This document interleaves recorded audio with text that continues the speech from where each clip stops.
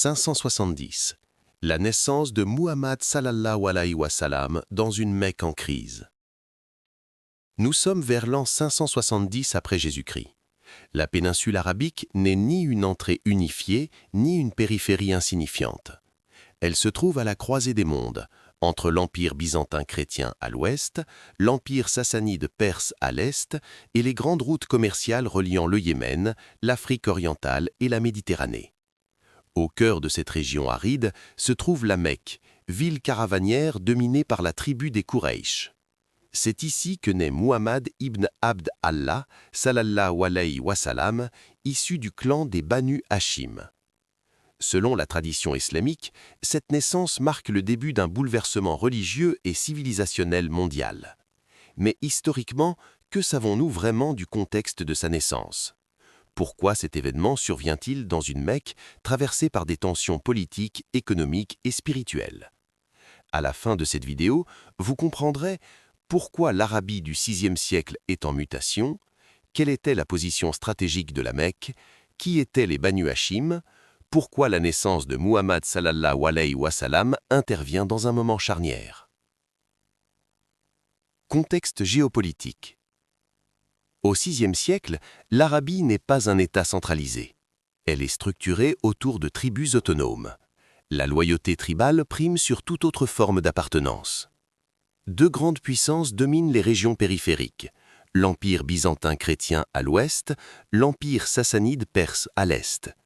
Ces deux empires s'affrontent régulièrement, notamment dans les zones frontières comme la Syrie et l'Irak.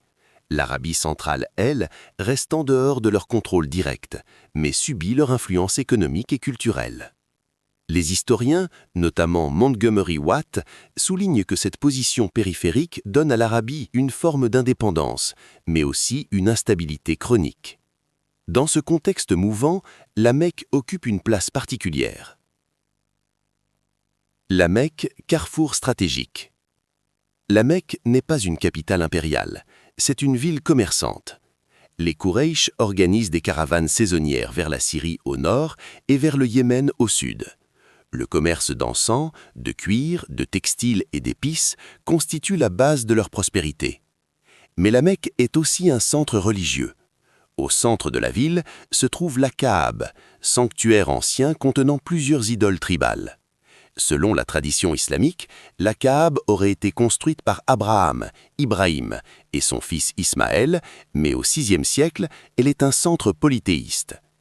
Cette double fonction, économique et religieuse, donne aux Quraysh un pouvoir considérable.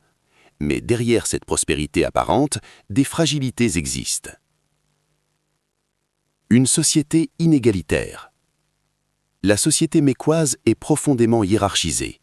Les grands clans contrôlent le commerce, les familles pauvres dépendent de la protection tribale, les esclaves sont nombreux, les orphelins sont vulnérables. Les sources islamiques insistent sur la situation fragile des plus faibles, femmes sans protection, enfants sans clan puissant, esclaves sans droit. Les historiens modernes confirment l'existence d'inégalités importantes, même si les détails précis restent difficiles à établir en raison du manque de sources contemporaines non musulmanes. Cette tension sociale forme l'arrière-plan de la naissance du futur prophète. Intéressons-nous maintenant à sa lignée. Les Banu Hashim. Muhammad sallallahu alayhi wa sallam naît dans le clan des Banu Hashim, une branche respectée mais non dominante des Quraysh. Son grand-père, Abd al-Muttalib, joue un rôle important dans la gestion de la Kaaba et dans l'accueil des pèlerins. Cette fonction religieuse apporte du prestige, mais pas nécessairement une richesse équivalente aux grands marchands. Son père, Abdallah ibn Abd al-Muttalib, meurt avant sa naissance, selon la tradition islamique. Cette donnée est largement acceptée par les sources classiques, comme la Sira d'Ibn Hisham. Il naît donc orphelin de père. Dans une société tribale, cette situation est lourde de conséquences. La protection clonique reste, mais la vulnérabilité économique est réelle. La tradition islamique situe sa naissance dans une année particulière. L'année de l'éléphant. Selon la tradition islamique, l'année de sa naissance correspond à l'année de l'éléphant. Cet événement est mentionné dans le Coran, sourate Al-Fil. Il s'agirait d'une tentative du gouverneur chrétien d'Aksum, au Yémen, Abraha, d'attaquer la Mecque avec une armée comprenant des éléphants. Les sources islamiques affirment que l'expédition échoue de manière spectaculaire. Du point de vue académique, les historiens débattent des détails. Certains considèrent qu'un événement militaire a probablement eu lieu, mais que les éléments miraculeux relèvent du récit religieux. Quoi qu'il en soit, cet épisode inscrit la naissance du prophète sallallahu alayhi wa sallam dans un moment perçu comme providentiel par la tradition islamique. Au-delà des récits religieux, que signifie cette naissance historiquement? Un monde en mutation religieuse. Au VIe siècle, l'Arabie est marquée par une intensification des débats religieux dans la région. Christianisme byzantin, judaïsme présent en Arabie du Nord et au Yémen, zoroastrisme perse, polythéisme arabe. Des individus appelés hanifs recherchent un monothéisme abrahamique pur en marge du polythéisme. Karen Armstrong souligne que l'Arabie n'est pas isolée religieusement, elle est traversée par des idées monothéistes. La naissance de Muhammad sallallahu alayhi wa sallam survient donc dans un environnement intellectuel déjà en questionnement. Mais aucun signe public n'indique encore son rôle futur. Une naissance discrète. Contrairement aux naissances royales dans les empires voisins, celle de Muhammad ne s'accompagne pas d'aucune reconnaissance politique majeure. Il n'est ni prince ni héritier d'un trône. Il appartient à un clan honorable mais non dominant. C'est précisément ce point que certains historiens soulignent.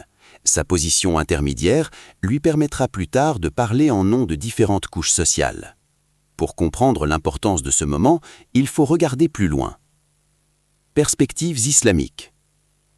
Dans la tradition islamique, sa naissance n'est pas un simple événement biologique. Elle est l'aboutissement d'une lignée prophétique remontant à Abraham.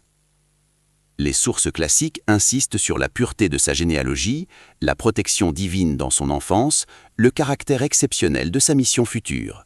Cependant, il est important de distinguer ce que la foi affirme et ce que l'histoire peut documenter. Cette distinction est essentielle pour une analyse équilibrée. Analyse académique. Les sources principales sur sa naissance proviennent des biographies compilées au 8e et 9e siècle. Cela pose une question méthodologique. Comment reconstituer un événement avec des sources postérieures? Les historiens adoptent différentes approches. Certains acceptent globalement la trame traditionnelle, d'autres appliquent une lecture critique.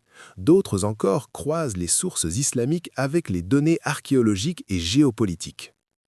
Il existe un consensus général sur sa naissance à la Mecque, son appartenance aux Quraïch, sa situation d'orphelin de père. Les détails miraculeux relèvent, eux, de la foi. Alors, pourquoi cette naissance est-elle déterminante? Un moment charnière. Plusieurs éléments convergent.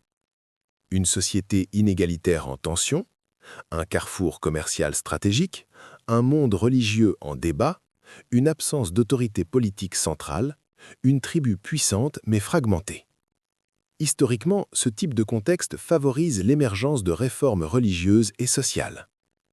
Ce n'est pas un hasard si le message islamique, 40 ans plus tard, insistera sur l'unicité de Dieu, la justice sociale, la protection des orphelins, l'égalité morale des croyants.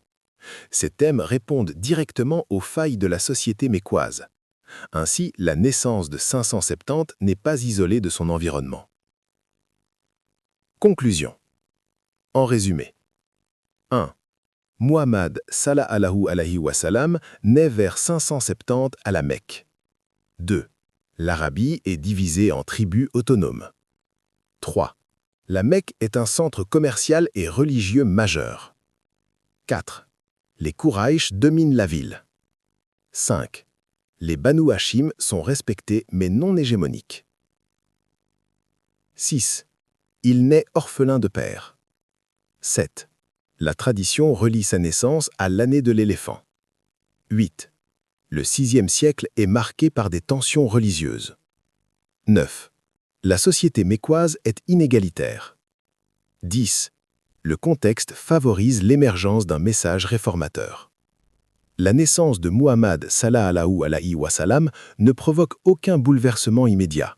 Pourtant, elle survient à un moment où les structures sociales, religieuses et politiques de l'Arabie sont fragiles.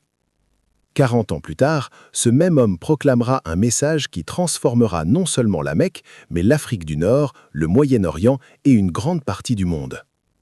Comprendre sa naissance, c'est comprendre que l'histoire ne surgit jamais dans le vide. Elle s'inscrit dans des contextes précis, des tensions invisibles, des sociétés en attente de changement. Si cette analyse vous a éclairé, poursuivez avec l'épisode suivant pour comprendre comment son enfance et son statut d'orphelin ont façonné son caractère et préparé sa mission.